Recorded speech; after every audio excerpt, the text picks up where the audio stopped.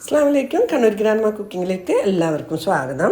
ഇന്ന് ഞാനിവിടെ കുഴക്കാതെ പരത്താതെ എണ്ണയിൽ മുക്കിപ്പൊരിക്കാത്ത ഇഫ്താർ ടൈമിന് വളരെ എളുപ്പത്തിൽ ഉണ്ടാക്കാൻ പറ്റിയ ഒരു അടിപൊളി റെസിപ്പിയുമായിട്ടാണ് വന്നിട്ടുള്ളത്. അപ്പോൾ അതെങ്ങനെയാണ് ഉണ്ടാക്കുന്നതെന്ന് നമുക്ക് നോക്കാം. ഇഫ്താർ സ്നാക്സ് ഉണ്ടാക്കാൻ വേണ്ടി ആദ്യം നമുക്ക് അതിൻ്റെ കൂട്ട് റെഡിയാക്കണം. അതിനുവേണ്ടി ഞാനൊരു മിക്സിൻ്റെ ജാറിലേക്ക് 1 കപ്പ് മൈദ, 1 മുട്ട പൊട്ടിച്ച് വെച്ച് കൊടുത്ത് 1/4 ടീസ്പൂൺ ഉപ്പും 1 കപ്പ് വെള്ളം ഒഴിച്ചിട്ട് നല്ലപോലെ അരച്ചെടുക്കാം.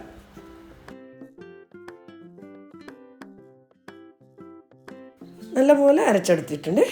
ഇത് ബൗളിലേക്ക് ഒഴിച്ചു കൊടുക്കാം.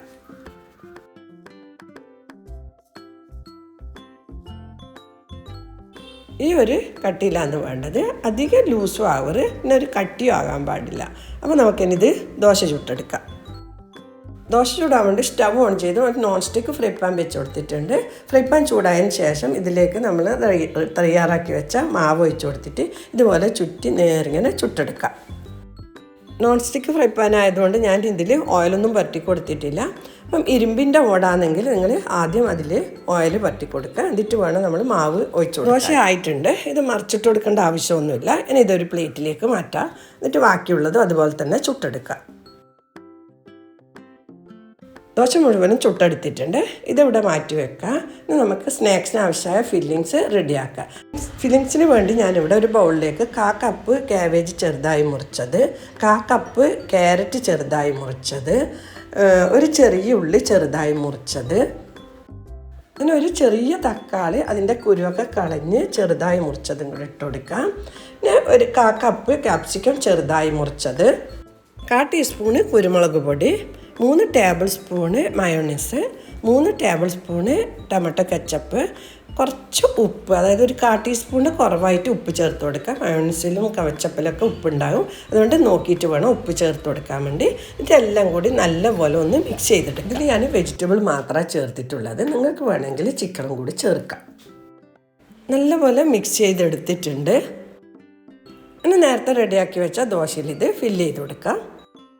ഞാനിവിടെ ഒരു ദോശ എടുത്തിട്ടുണ്ട്. ഇതിൻ്റെ മേലിലേക്ക് ഞാൻ കുറച്ച് മൈദ കലക്കിയത് പരത്തി കൊടുക്കാം.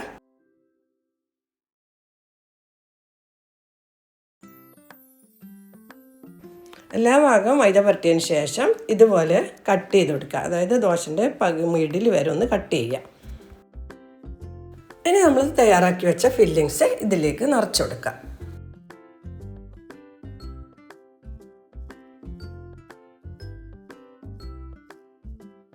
ഫില്ലിങ്സ് നിറച്ചും കട്ടിയിലാക്കി കൊടുക്കുക. അപ്പം നമുക്ക് മടക്കാൻ വേണ്ടി ബുദ്ധിമുട്ടാവും.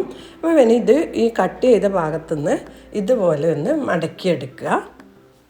ഇതുപോലെ മടക്കിയതിന് ശേഷം സൈഡൊന്ന് പ്രസ് ചെയ്തതിന് ശേഷം വീണ്ടും അതേ ലെവലിൽ തന്നെ മടക്കി കംപ്ലീറ്റ് ചെയ്യാം.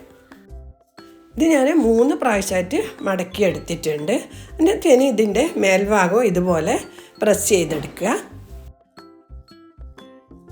ഇതിൻ്റെ അരുവൊക്കെ ഇതുപോലെ നല്ലപോലെ അമർത്തിയതിന് ശേഷം ഇത് ഒരു പ്ലേറ്റിലേക്ക് മാറ്റാം. ഇതുപോലെ തന്നെ ബാക്കിയുള്ളതെല്ലാം ചെയ്തെടുക്കാം. പിന്നെ എൻ്റെ വീഡിയോ കാണുന്നവർ ആരെങ്കിലും സബ്സ്ക്രൈബ് ചെയ്യാൻ ബാക്കിയുണ്ടെങ്കിൽ ഒന്ന് സബ്സ്ക്രൈബ് ചെയ്യുക. തൊട്ടടുത്ത ബെൽ ബട്ടനും കൂടി ഒന്ന് അമർത്തുക. എന്നാൽ മാത്രമേ ഞാനിടുന്ന വീഡിയോൻ്റെ നോട്ടിഫിക്കേഷൻ കിട്ടുകയുള്ളൂ.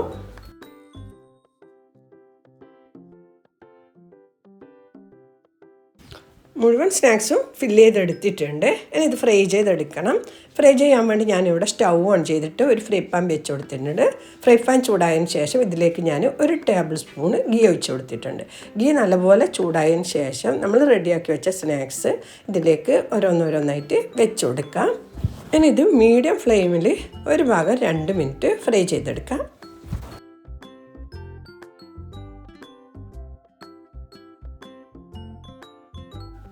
2 മിനിറ്റ് കഴിഞ്ഞിട്ടുണ്ട്.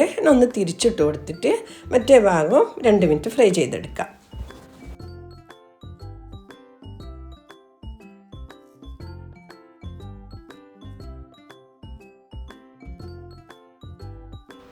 രണ്ട് മിനിറ്റ് ആയിട്ടുണ്ട്. അപ്പോൾ 2 ഭാഗം നല്ലൊരു ഗോൾഡൻ കളർ ആയിട്ടുണ്ട്. ഇനി ഇത് നമുക്കൊരു പ്ലേറ്റിലേക്ക് മാറ്റാം. അപ്പോൾ നമ്മൾ വെറൈറ്റി ഇഫ്താർ സ്നാക്സ് റെഡിയായി. അപ്പോൾ ഇത് കൂടുതൽ എണ്ണയിൽ മുക്കി പൊരിക്കുകയൊന്നും ചെയ്യാത്തത് കൊണ്ട് തന്നെ നോമ്പ് മുറിക്കുമ്പോൾ കഴിക്കാനും വളരെ നല്ലതാണ്, ഹെൽത്തിയാണ്. അപ്പോൾ ഇതിൻ്റെ ടേസ്റ്റും അങ്ങനെ തന്നെയാണ്, നല്ലൊരു ടേസ്റ്റാണ്. കുട്ടികളൊക്കെ വളരെ ഇഷ്ടപ്പെടും. നിങ്ങൾ ഇഷ്ടപ്പെട്ടിട്ടുണ്ടെങ്കിൽ എന്തായാലും ഒരു പ്രാവശ്യം ട്രൈ ചെയ്ത് നോക്കുക.